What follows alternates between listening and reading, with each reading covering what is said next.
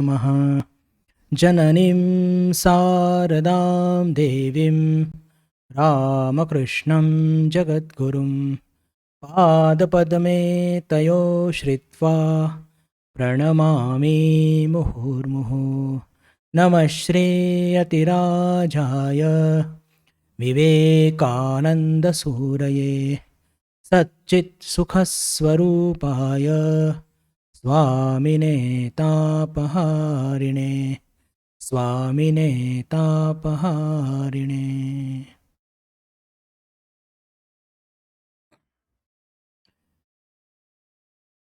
दक्षिणेश्वरचं महाभवतारिणीचं मंदिर 1855 साली बनून पूर्ण तयार झालं. त्याच्यानंतर भगवान श्रीरामकृष्णांची 12 वर्षाची ती खडतर तपस्या. त्याच्यानंतर अजून जवळपास 5 ते 6 वर्ष भगवान श्रीरामकृष्ण सातत्याने त्या कुटीच्या छतावरती जाऊन, कुटी म्हणजे आपल्यापैकी ज्या लोकांनी बघितलं असेल दक्षिणेश्वर, तर कुटी म्हणजे जिथे ठाकूरांनी साधना केली होती, आपण जी खोली आत्ता बघतो तिथे ठाकूरांचा निवास होता आणि ते साधनेच्या नंतरचा होता. पण त्यांनी साधना कुटीमध्ये एक म्हणजे जागा अजूनही आहेत, तिला खूप आता व्यवस्थित रिपेअरिंग केलेलं आहे. त्याच्या छतावर जाऊन ते सतत ओरडायचे की अरे तुम्ही सगळेजण कुठे आहात, लवकर लवकर या. असं करून ते आरोळी ठोकायचे आणि त्यानंतर एकानंतर एक सगळ्यांचं येणं सुरू झालं. त्याच प्रतिसादेला हाक देऊन की काय म्हणा, एक 17-18 वर्षाचा एक नवयुवक त्या दक्षिणेश्वर ग्राममध्ये राहत असे आणि सुरुवातीपासूनच त्याचं मन संपूर्णपणे आध्यात्मिक विचारांनी ओतप्रोत, घरचं वातावरणसुद्धा खूप आध्यात्मिक आणि वरच्यावर घर दक्षिणेश्वरी असल्यामुळे वरच्यावर तो भवतारिणीच्या दर्शनाला येत असे आणि तेव्हा त्या सुंदर बगीच्यातून काही फूल तोडून आणि भवतारिणीला तो अर्पित करत असे. झालं असं एक दिवशी की त्यांनी बघितलं की बगीच्यामध्ये एक व्यक्ती उंचशी, गौरवर्ण, दाढी आहे आणि पण अंगावरती कपडे जरा काही गबाळ्यासारखे आहेत. त्याला वाटलं की माळी असेल म्हणून त्यांनी म्हटलं की अहो दादा जरा काही फुलं द्याल का. तर ती व्यक्तीसुद्धा आनंदाने काही चांगले टवटवीत मोठे जास्वंदाचे फूल तोडून त्या मुलाला दिले. त्या मुलांनी ते वाहिले भवतारिणीच्या चरणी. या घटनेला घडून जवळपास 3 महिने झाले. त्या मुलाच्या कानावरती एक गोष्ट आहे की इथे दक्षिणेश्वरी एक वेडा ब्राह्मण राहतो की जो मुलांची डोके बिघडवतो आणि त्याचं वागणं जवळपास एक वेडसर माणसासारखंच आहे. म्हणून तो मुलगा जरा सावधसुद्धा राहत असे.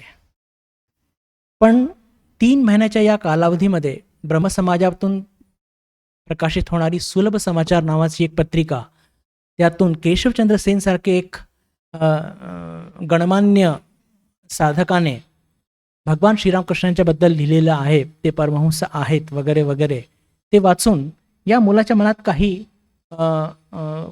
एक उत्सुकता निर्माण होते आणि एके दिवशी तो मुलगा आपली उत्सुकता भागवण्याकरता त्या भगवान श्रीरामकृष्णांच्या खोलीच्या बाहेर तो उभा आहे.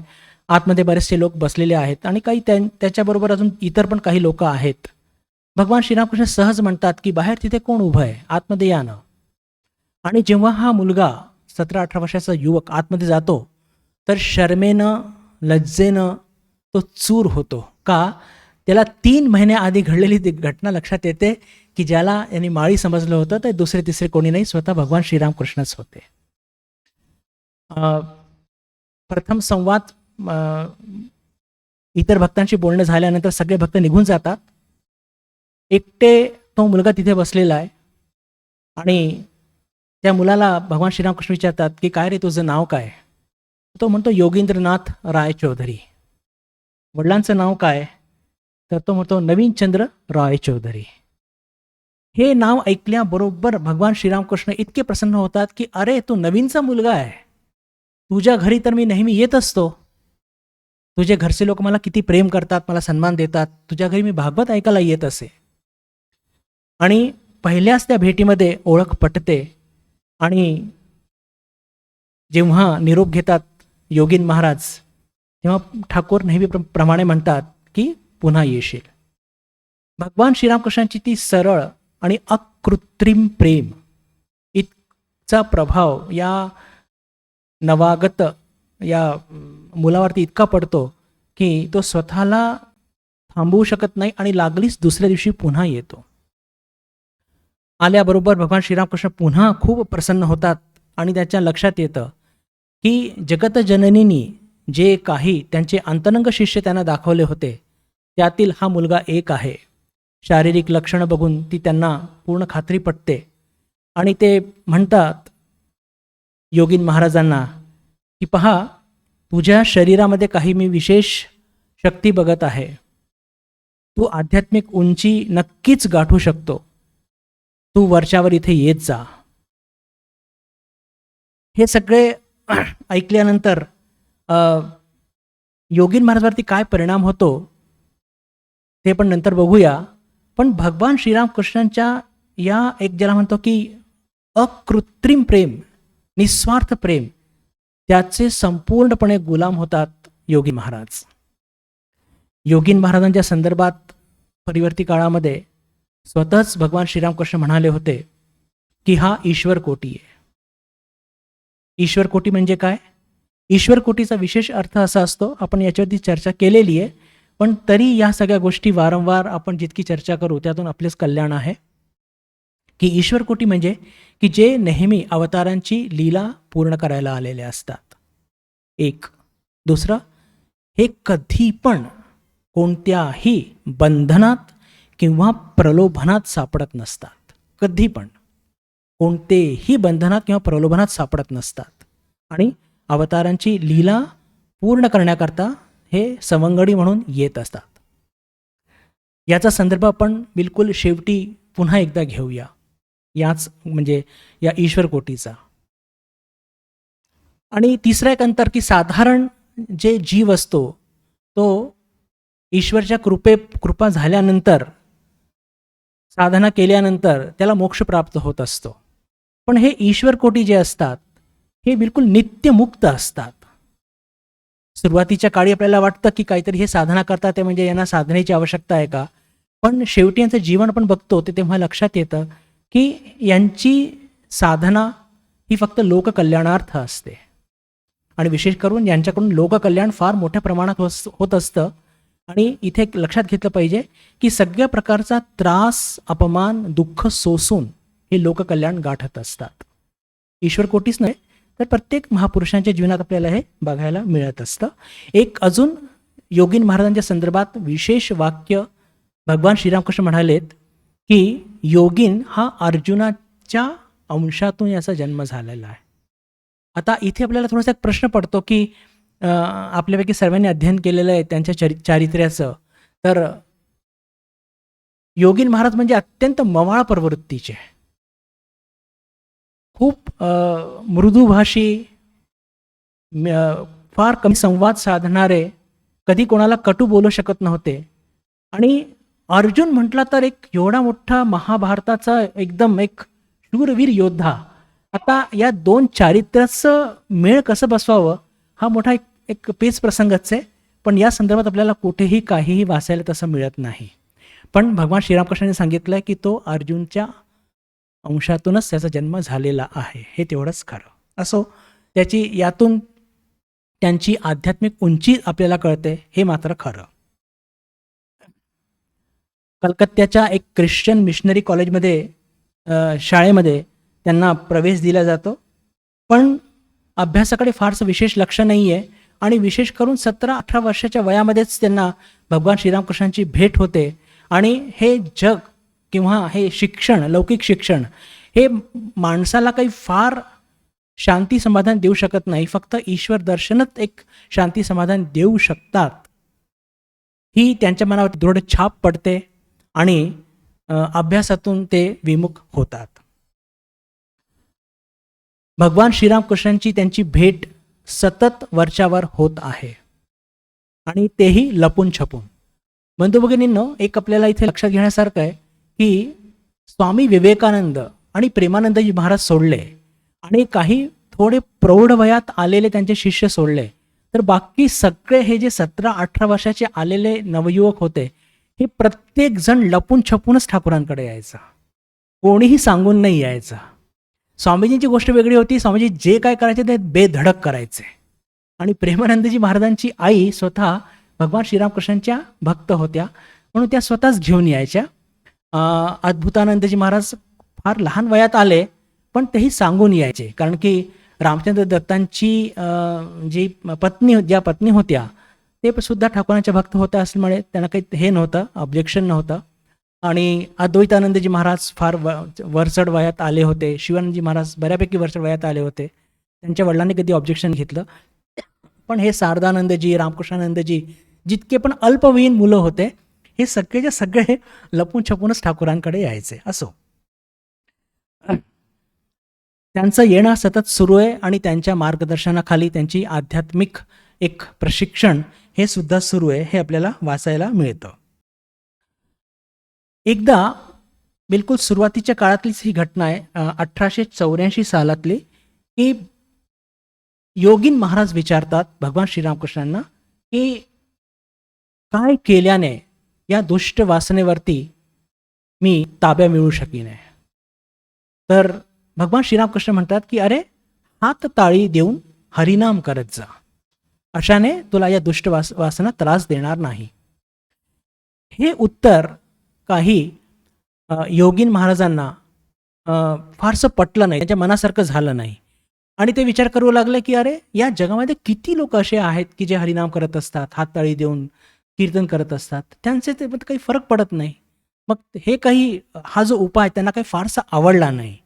आणि नेमकं त्याच वेळेस तिथे एक नारायण नावाचे हठयोगी आलेले होते आणि त्यांना असं वाटलं की काहीतरी क्रिया केल्याने या दुष्ट रोगावरती आपण ताबा मिळू शकू. आणि दुसऱ्या दिवशी ते लागलीच येतात आणि तो नारायण हठयोगी तिथे काहीतरी प्रयोग करून दाखवत असतो, नीती धोतीचे वगैरे वगैरे.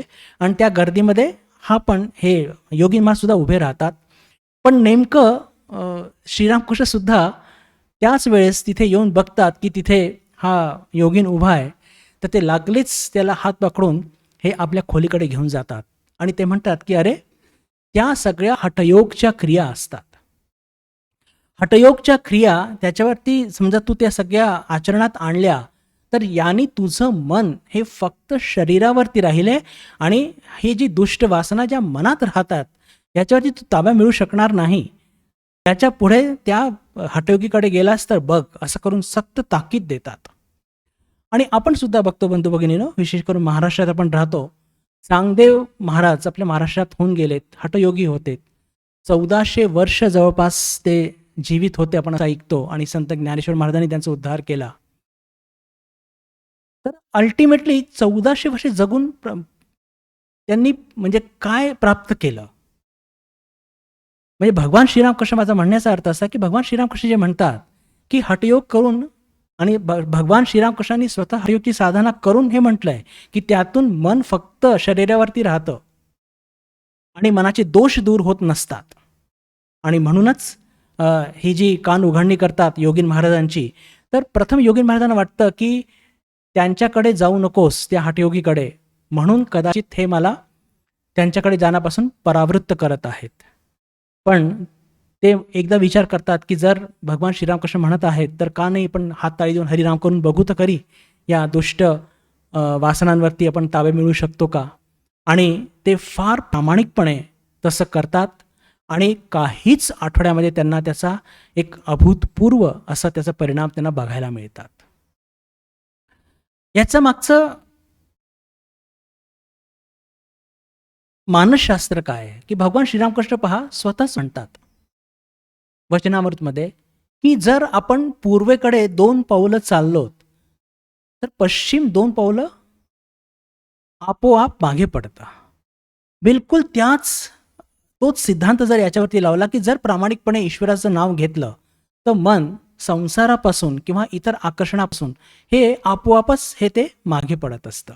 आणि योगीन महाराज हे अत्यंत प्रामाणिक दर्जाचे साधक, म्हणून त्यांना त्याचे परिणाम फार लवकरच प्राप्त झाले. वय थोडंसं होत होतं, अभ्यासात काही मन होतं. एक गोष्ट जी नमूद करायची राहिली की योगीन महाराज हे फार एक संभ्रांत, धनाढ्य, सुसंस्कृत, कुलीन परिवारात त्यांचा जन्म झाला होता. पैसा यांच्या वडिलांकडे होता, पण वडील सुद्धा जे नवीन चौधरी, रायचौधरी, पण सतत ईश्वरात मन असल्यामुळे ते आपल्या या सगळ्या मिळकतीचं रक्षण करू शकले नाही आणि हळूहळू त्या परिवाराला फार वाईट दिवस आले. आणि ही गोष्ट योगीन महाराजांच्या लक्षात सुद्धा आली. ते स्वतः शाळेत जात नसल्याने त्यांनी प्रस्ताव दिला आपल्या वडिलांना की मी आपल्या मामाकडे जातो कानपूरला आणि तिथे काही काम शोधण्याचा प्रयत्न करतो, जेणेकरून आपला घर खर्च व्यवस्थित चालेल. याच्याकरता वडीलसुद्धा राजी झाले आणि ते कानपूरला येऊन पोहोचले आपल्या मामाकडे. पण कानपूरला येऊन काम शोधणं त्यापेक्षा जास्त काळ त्यांचं जाऊ लागला प्रार्थना आणि जपध्यानमध्येच. मामा सतर्क झाले. 6 महिने झाले काम मिळत नाही याचं त्यांना दुःख नव्हतं. ते सतर्क का झाले की जर मुलाचं या वयामध्ये जर या प्रकारची याची म्हणजे दशा आहे तर हा तर घर सोडून संन्याशी होईल. घराचं काय होणार, माझ्या बहिणीचं काय होणार. त्यांनी सतर्कतेचा इशारा आपल्या बहिणीला दिला आणि इकडे योगीन महाराजांच्या न कळत तिकडे एक मुलगी शोधून सगळं लग्नाचा थाट पूर्ण तिथे मांडला गेला कलकत्त्याला. आणि एक खोटी बातमी पोहोचवली योगीन महाराजपर्यंत की आईची तब्येत काही फार चांगली नाही आहे, तू लवकर कलकत्त्याला ये. आता असं ऐकल्यानंतर हा मुलगा योगीन महाराज कलकत्त्याला येतात आणि घरामध्ये बघतात तर सगळं आनंदी वातावरण आहे, सगळ्या दूर. मोठं आश्चर्य होतं. आणि जेव्हा विचारतात की आई कशी आहे, किंवा तर आई सांगते मी सगळं चांगली आहे, हे तुझे सगळे लग्नाचा थाट हा सगळा ते मांडल्या गेलेला आहे. आणि जेव्हा त्यांना लक्षात येतं की असला काही प्रकार हा सुरू आहे, ते पुरजोर विरोध करतात. वडिलांशी खूप त्यांचा वादविवाद होतो, पण वडील पण काही ऐकायला तयार नाही, आईसुद्धा ऐकायला तयार नाही. वडील म्हणतात की माझी आता इज्जतीचा प्रश्न आहे. आई म्हणते की बेटा माझ्या प्रेमाखातर, माझ्या आनंदाखातर तू हे लग्न कर. आधी सांगितलं अत्यंत मवाळ आणि मृदू स्वभावाचे हे योगीन महाराज आईच्या या शब्दांना बळी पडतात आणि ते लग्नाला होकार देतात. ठरल्या दिवशी लग्न होतं, पण इकडे मनामध्ये पूर्ण वैराग्याने हे चिंब भिजलेले आणि मनामध्ये तीव्र, ज्याला म्हणतो की एक आक्रोश होत आहे की आता माझं आध्यात्मिक जीवन गेलं का, कारण की मी संसाराच्या बंधनात अडकून गेलो. भगवान श्रीरामकृष्ण तर नेहमीच कामिनी कांचन त्याग सांगत होते आणि मी हे काय करून बसलो. आणि त्या एका संकोचापोटी, लज्जेपोटी ठाकूरांकडे जाणं त्यांनी सपशैल बंद केलं, म्हणजे कानपूरहून आल्यानंतर. इकडे भगवान श्रीरामकृष्णांच्या कानावरती ही बातमी येते की योगींचं लग्न झालेलं आहे आणि तो संकोचामुळे तो दक्षिणेश्वर काही येत नाही. ते सारखं याच्याकडून त्याच्याकडून बोलवणं पाठवतात, पण संकोचापोटी हे काही जात नाही. भगवान श्रीरामकृष्ण एक युक्ती करतात. कानपूरला जाण्याच्या आधी ठाकूरांनी त्यांना काही पैसे दिले होते काही वस्तू आणण्याकरता. ती वस्तू आणणं योगीन महाराज विसरले होते आणि त्यांना माहिती होतं की हा खूप मानी स्वभावाचा आहे, कुलीन परिवारातला आहे. हे सगळं त्यांना लक्षात होतं. तर ते पुन्हा एक निरोप पाठवतात आपल्या एखाद्या म्हणजे ओळखीच्या माणसाबरोबर की त्या योगींना सांग, अरे यायचं नाही तर नको येऊ, पण ते माझे दिलेले पैसे ते तर परत कर, ती वस्तू आणली की नाही आणली, उर्वरित पैसे तर परत कर. हे ऐकल्यावर योगीन महाराज जे इतके मवाळ स्वभावाचे पण त्यांना खूप आघात लागतो आणि ते हे विचार करतात, ठाकूरांनी मला शेवटी असं समजलं, मी इतकं काय हीन आहे की त्यांचे पैसे मी ठेवून घेणार. इतके मर्माहत होतात, इतकं दुःख वाटतं की लागलीच त्या दिवशीच काय त्यांचे ते हिशोबाचे पैसे घेऊन जातात आणि जाऊन दक्षिणेश्वरी तडक हजर होतात. भगवान श्रीरामकृष्ण आपल्या खोलीच्या बाहेरच उभे आहेत आणि जसंच दुरून बघतात की योगीन येत आहे, बघितल्याबरोबर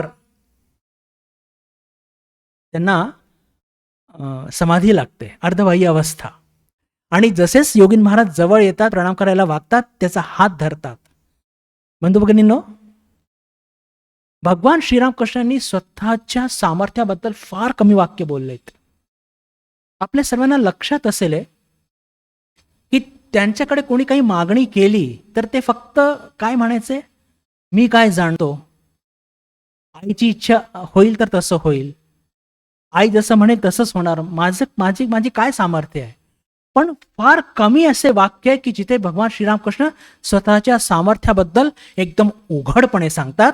आणि हेच ते वाक्य आहे की जेव्हा संकोचाने पूर्णपणे कोमेजून गेलेले योगीन महाराज ठाकूरांपुढे येतात, तर जेव्हा येतात आणि ठाकूरांना माहिती आहे की असं लग्न झालेलं आहे आणि लग्नाच्या संकोचामुळे हा काही माझ्याकडे येत नाहीये, तर ठाकूर सुरुवातच करतात. कुठून? ठाकूर सुरुवातच करतात की अरे, लग्न झालं म्हणून काय झालं, लग्न तर माझं पण झालेलं आहे. लग्न झालं म्हणून काय झालं, लग्न तर माझं पण झालेलं आहे. एक लक्षात ठेव, जोपर्यंत तुझ्यावरती इथली कृपा आहे, ठाकूर स्वतःच्या शरीराकडे बोट दाखवून म्हणतात, जोपर्यंत तुझ्यावरती इथली कृपा आहे, एक काय 1,00,000 लग्न सुद्धा जरी तू केले, तुझं काही बिघडणार नाही. बंधू भगिनींनो, हे वाक्य याच्यावरती मी इतका भर का देतोय की भगवान श्रीरामकृष्णांनी स्वतःच्या सामर्थ्याबद्दल, म्हणजे त्यांना मी नव्हताच, पण फार कमी त्यांनी असे उद्गार काढलेले आहेत. आणि टोकाचे काढलेत. जेव्हा काढलेत, काय म्हणतात की अरे, एक काय लग्न झालं म्हणून काय झालं, लग्न तर मी पण केलेलं आहे, पण लक्षात ठेव की जोपर्यंत तुझ्यावरती इथली कृपा आहे, एक काय 1,00,000 लग्न सुद्धा तुझं बिघडू शकणार नाही. आणि तूच ठरव की तुला संसार करून ईश्वर प्राप्ती करायची आहे की त्यागी म्हणून ईश्वर प्राप्ती करायची आहे. तू जसं म्हणशील मी तशी व्यवस्था करीन. फक्त एकदा तू तुझ्या पत्नीला मंगळवारी किंवा शनिवारी घेऊन ये, असं म्हणून योगीन महाराजांना ते आश्वस्त करतात. बंधू भगिनींनो, मी पुन्हा सांगतो की भगवान श्रीरामकृष्णांचे जे फार कमी वाक्य आहे जिथे त्यांनी आपली म्हणजे या सामर्थ्याचा इतकं स्पष्टपणे उल्लेख केलेला आहे. आणि हे ऐकून ते फार आश्वस्त होतात. आणि मग साधारण संवाद झाल्यानंतर जेव्हा आश्वस्त होतात योगीन महाराज, ते खिशात पैसे बिशे काढतात, तर ठाकूर त्याच्याकडे बघत सुद्धा नाही आणि ऐकत, म्हणजे जणू काही हा काय बोलतोय, म्हणजे माझा काही संबंधच नाही त्या पैशाशी, अशी त्यांची ती वागणूक असते. आणि योगीन महाराजांना ती लक्षात येते. नंतर काही दिवसातच ते आपल्या पत्नीला घेऊन येतात आणि भगवान श्रीरामकृष्ण स्वतःच्या हाताने त्यांच्या पत्नीच्या डोक्यावरती हात ठेवून त्यांना आशीर्वाद देतात आणि म्हणतात की जा, तुला आता कोणत्याही प्रकारचं भय नाही. बंधू भगिनींनो, हे आहे श्रीरामकृष्ण. त्यांनी ओळखलं होतं की पहिल्याच दुसऱ्या भेटीत की हा माझा अंतरंग आहे. आणि भगवान श्रीरामकृष्ण स्वतः म्हणतात वचनामृतमध्ये की जन्म, मृत्यू आणि विवाह हे मनुष्याच्या हातात नाही. ती एक काहीतरी लीला होती, पण भगवान श्रीरामकृष्णांनी ती सहजपणे त्या बाध्याला दूर केलं. असो, याच्यानंतर योगीन महाराजांचं येणं सातत्याने सुरू होतं भगवान श्रीरामकृष्णांकडे पुन्हा. पण घरामध्ये आता मात्र मोठी समस्या की घरामध्ये सगळे जे काही धन संपत्ती मिळकत होती ती सगळीच, ज्याला म्हणतो की बिलकुल संपलेली आहे. आणि घरातला मोठा मुलगा आणि तोही लग्न झालेला, तर नक्कीच आईची अपेक्षा की मुलांनी काहीतरी अर्थार्जन करावं. एक दिवस आई कान उघडणी करून म्हणते सुद्धा योगीन महाराजांना की अरे, तुला जर संसार नाही करायचा तर तू लग्न केलं कशाला. आता हे वाक्य मात्र खूपच योगीन महाराजांना बिलकुल, ज्याला म्हणतो की रुतून जातं हृदयामध्ये, बिलकुल मर्मांतक वाक्य. ते म्हणतात की आई, तू म्हणाली होती त्या दिवशी की तुझ्या वडिलांच्या इज्जती खातर, माझ्या प्रेमा खातर, माझ्या आनंदा खातर तू लग्न कर. मी तुझ्या आनंदा खातर ते लग्न केलंय, मला कुठे लग्न करायचं होतं. तर आई लागलीच म्हणते की अरे, या जगामध्ये असं काही लग्न असं करतं का दुसऱ्यांच्या आनंदा खातर. तुला लग्न करायचं होतं म्हणून तू लग्न केलेलं आहे, माझ्यावर तर काही नाही केलेलं आहे. हे वाक्य जेव्हा ते ऐकतात की आई, स्वतःची आई बिलकुल स्वतः शब्द फिरवत आहे की तू स्वतःच्या आनंदात म्हणजे स्वतःच्या खुशीकरता तू लग्न केलेलं आहे, माझ्याकरता नाही. हे ऐकल्यानंतर बिलकुल योगीन महाराज त्यांचं वैराग्य हे अजून वाढतं, त्यांची श्रद्धा भक्ती भगवान श्रीरामकृष्णांवरती अजून वाढते आणि त्यांना हे लक्षात येतं की या जगामध्ये फक्त भगवान श्रीरामकृष्णच एक अशी व्यक्ती आहे की जिच्या बोलण्या आणि वागण्यामध्ये मुळीच अंतर नाही. हे त्यांना स्वतः फील होतं की या जगामध्ये फक्त भगवान श्रीरामकृष्णच एक असे आहेत की ज्यांच्या वागण्या आणि बोलण्यामध्ये मुळीच अंतर नाही. आणि ते आहत जरी झालेले असतात पण त्यांच्या मनात कधीही विचार संसार करण्याचा येत नाही. आणि इतिमध्ये भगवान श्रीरामकृष्णांना तो कॅन्सरचा आजार होतो. ते शामपुकूर बाटी, त्याच्यानंतर ते जातात पुन्हा आपल्या काशीपूरला. तिथे त्यांचा लीला अवसान करतात, आपल्या देहाचा त्याग करतात. आणि त्यानंतर मग सुरू होतो आपल्या योगानंदजी महाराजांचा जो प्रवास, आध्यात्मिक प्रवास माताजींबरोबर. इथे एक गोष्ट काही महत्त्वपूर्ण जी सांगावीशी वाटते की भगवान श्रीरामकृष्णांच्या सहवासात असताना जे काही शिकवणी योगीन महाराजांना दिल्या त्या फार अभूतपूर्व होत्या. का? आपण आताच चर्चा केली की योगीन महाराज स्वभावाने अत्यंत मवाळ, अत्यंत मृदू आणि कोणाला कधी पण कटू शब्द किंवा म्हणजे अशा ज्याला म्हणतो की कडक शब्दात काही बोलू शकत नव्हते आणि त्याचे ते दुष्परिणाम स्वतः खूप भोगायचे. आणि प्रसंगी भगवान श्रीरामकृष्ण त्यांना या संदर्भात खूप काही समजसुद्धा द्यायचे. प्रत्येक गोष्टीचा स्वीकार करून घेणं म्हणजे काही म्हणजे अशा प्रकारचा मावाळपणा आध्यात्मिक जीवनाकरता फार फार ज्याला म्हणतो की धोकादायक असतो. एका घटनेच्या माध्यमातून त्यांनी पहा काय सुंदर धडा दिला भगवान श्रीरामकृष्णांनी. एके दिवशी योगीन महाराज तिथे आले असता दक्षिणेश्वरी, भगवान श्रीरामकृष्णांनी त्यांच्या खोलीमध्ये कुठेतरी त्यांना एक झुरळ सापडतो. लागलीच ते त्या झुरळाला पकडतात आणि योगीन महाराजांना देऊन म्हणतात की जा बाहेर जाऊन याला मारून टाक. योगीन महाराज झुरळ घेतात आणि त्यांच्या त्या स्वभाव फारच मृदू असल्याने बाहेर जाऊन त्याला सोडून देतात आणि मारत नाही. आणि हे सगळं ठाकूरांना माहीत असतं. घरात शिरल्याबरोबर ठाकूर विचारतात का रे त्याला मारलं का? आणि नाही मारलं. तेव्हा ठाकूर खूप नाराज होतात की पहा, जे काही सूचना मी देत असतो त्या सूचनेचं तंतोतंत पालन करत जा. स्वतःच्या मनासारखा करशील तर आध्यात्मिक जगामध्ये जर धोका खाशील. ज्या सूचना मी तुला देत असतो त्या सूचनेचं पालन जसं तसं करत जा. त्यानंतर खरंच योगीन महाराजांनी माता कानाला खडा लावला आणि आपल्या सवयी मात्र त्यांनी बदलल्या. एक घटना इथे नमूद करणं फारच योग्य होईल की कसे आज्ञाधारक होते योगीन महाराज. मधून मधून ते येऊन दक्षिणेश्वरी राहत असत, शनिवारी विशेष करून. आणि रात्रीच्या वेळेस साधूंनी अल्प आहार घ्यावा याच्यावरती भगवान श्रीरामकृष्णांचा खूप भर होता. आणि एक दिवशी स्वतः भगवान श्रीरामकृष्णांनी त्यांच्या आहाराबद्दल विचारलं तर भगवान श्रीरामकृष्ण या आहाराची म्हणजे क्वांटिटी बघून ते काही फार प्रसन्न नाही झाले आणि त्यांनी एक आराखडा देऊन दिला की इतकंच आहार घ्यायचा.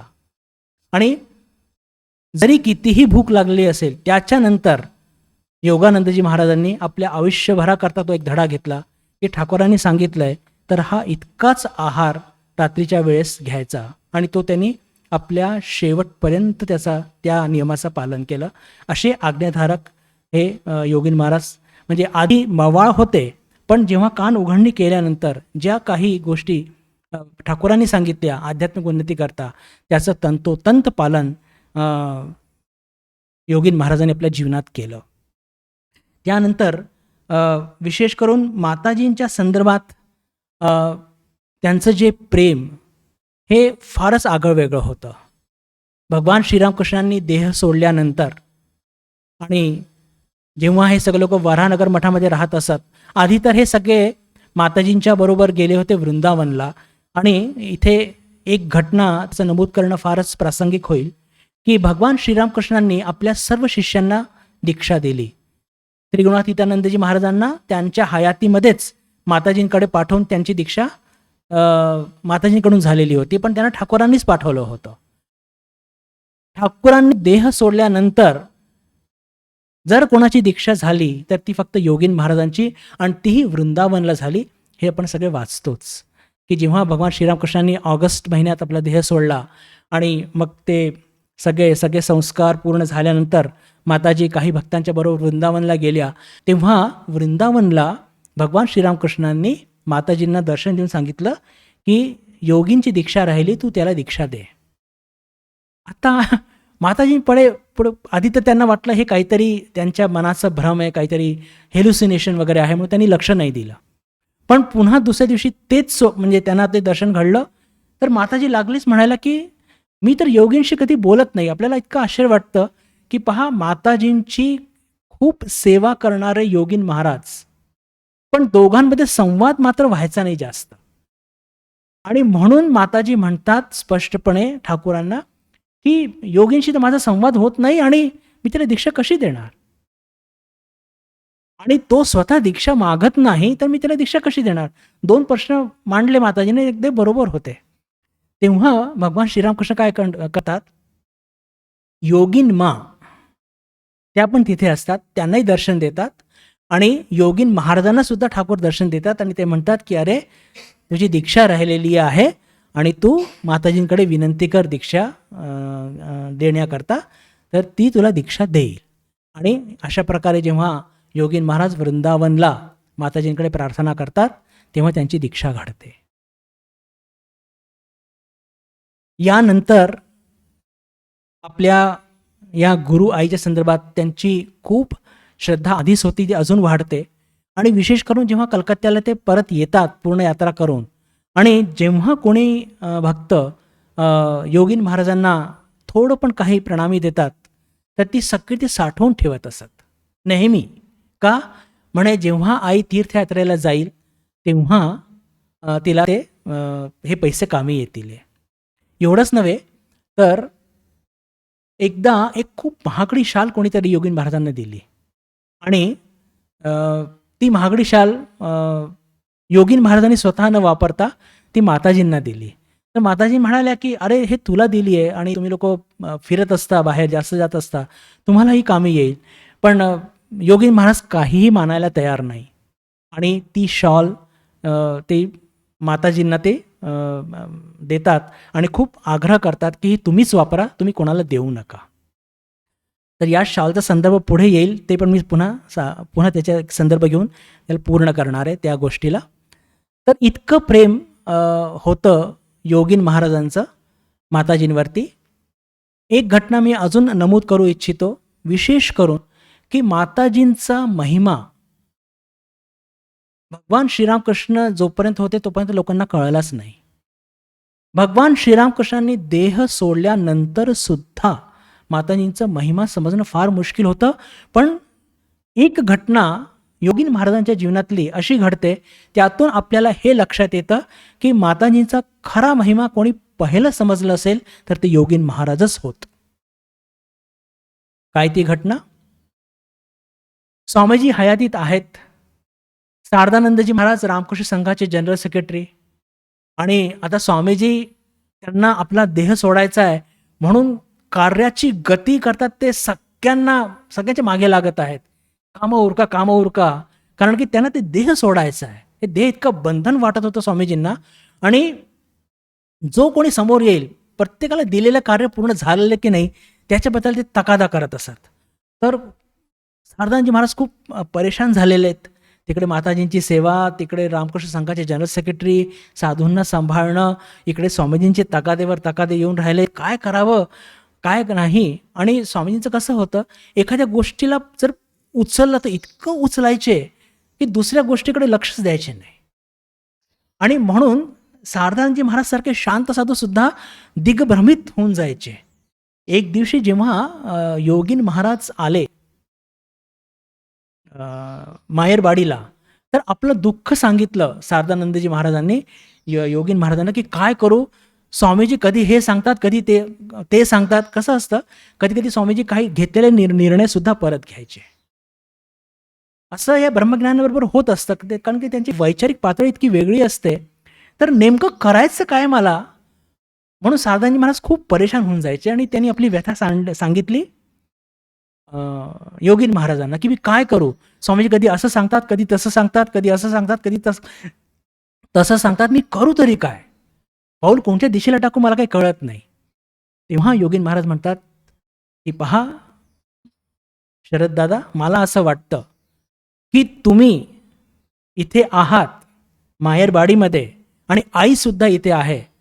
तुम्ही फक्त आईला घट्ट पकडून राहा आणि तुमचे जे काही तुमचे संभ्रम असतात स्वामीजींच्या निर्णयाबद्दल, ते सगळं तुम्ही आईला विचारा.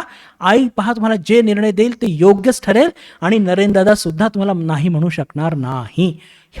ही एक ज्याला म्हणतो की एक निर्णय किंवा एक ज्याला म्हणतो की एक मत, एक ओपिनियन, हे जे दिलं त्यातून आपल्याला हे लक्षात येतं की शारदाजी महाराज खरंच त्याच्यानंतर त्यांच्या मनात जेव्हा जेव्हा संभ्रम निर्माण झाले, ते सरळ आईकडे जात आणि आईकडनं निर्णय घेऊन घेत. म्हणजे काय होतं की आईने सांगितलंय असं जर स्वामीजीने सांगितलं तर त्याच्यावरती ते काही बोलू शकत नव्हते.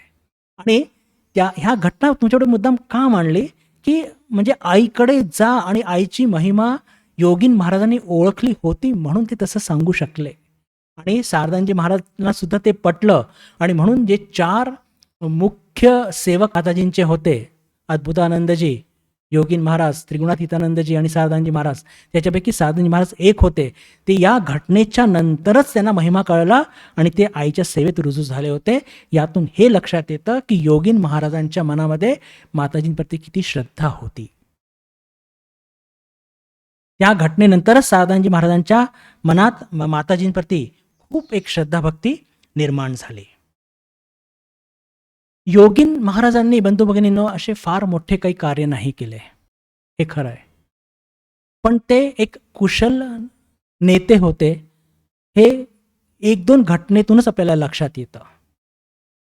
जेव्हा स्वामी विवेकानंद अमेरिकेत होते, इतर सर्व शिष्य तीर्थयात्रेवरती पूर्ण भारत भ्रमण करत होते.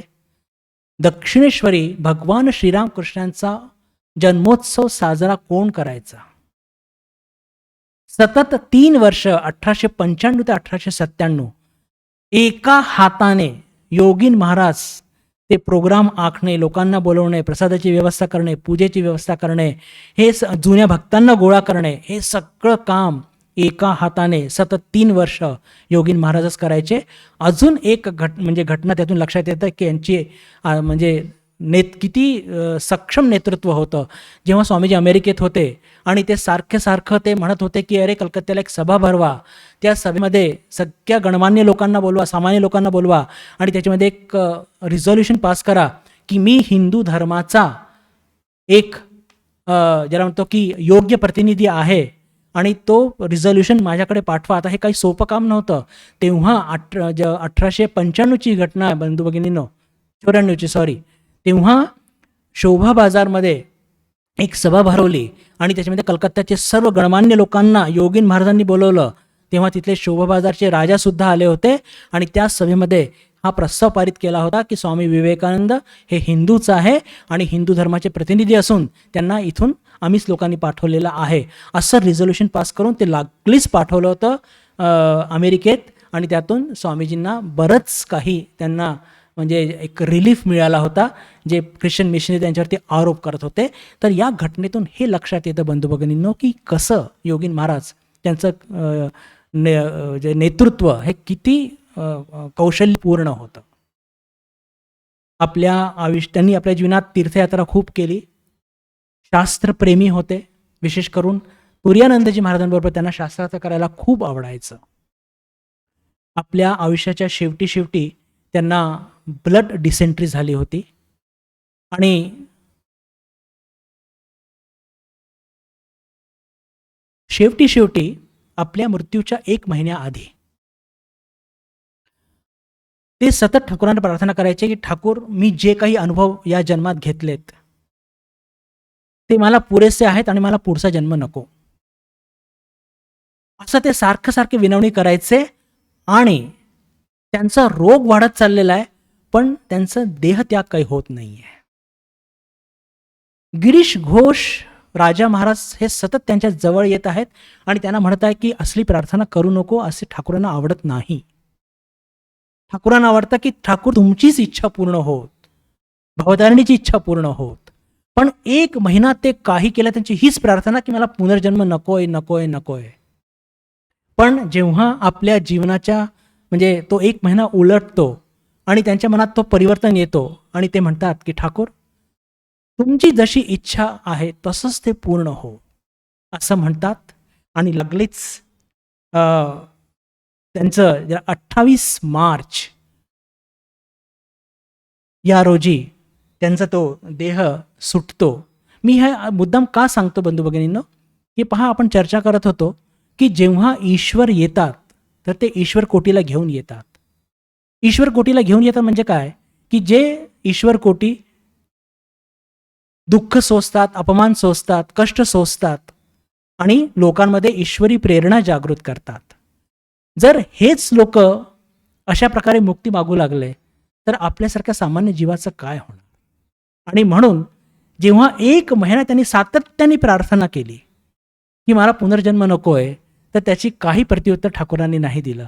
जेव्हा त्यांनी जसं म्हटलं की ठाकूर तुमचीच इच्छा पूर्ण हो, असं म्हटल्याबरोबर त्यांना त्या देहरूपी त्या बंधनातून नेहमी करता नाही, जेव्हा जेव्हा ठाकूर येतील ह्या सगळ्यांना यावंच लागणार आहे.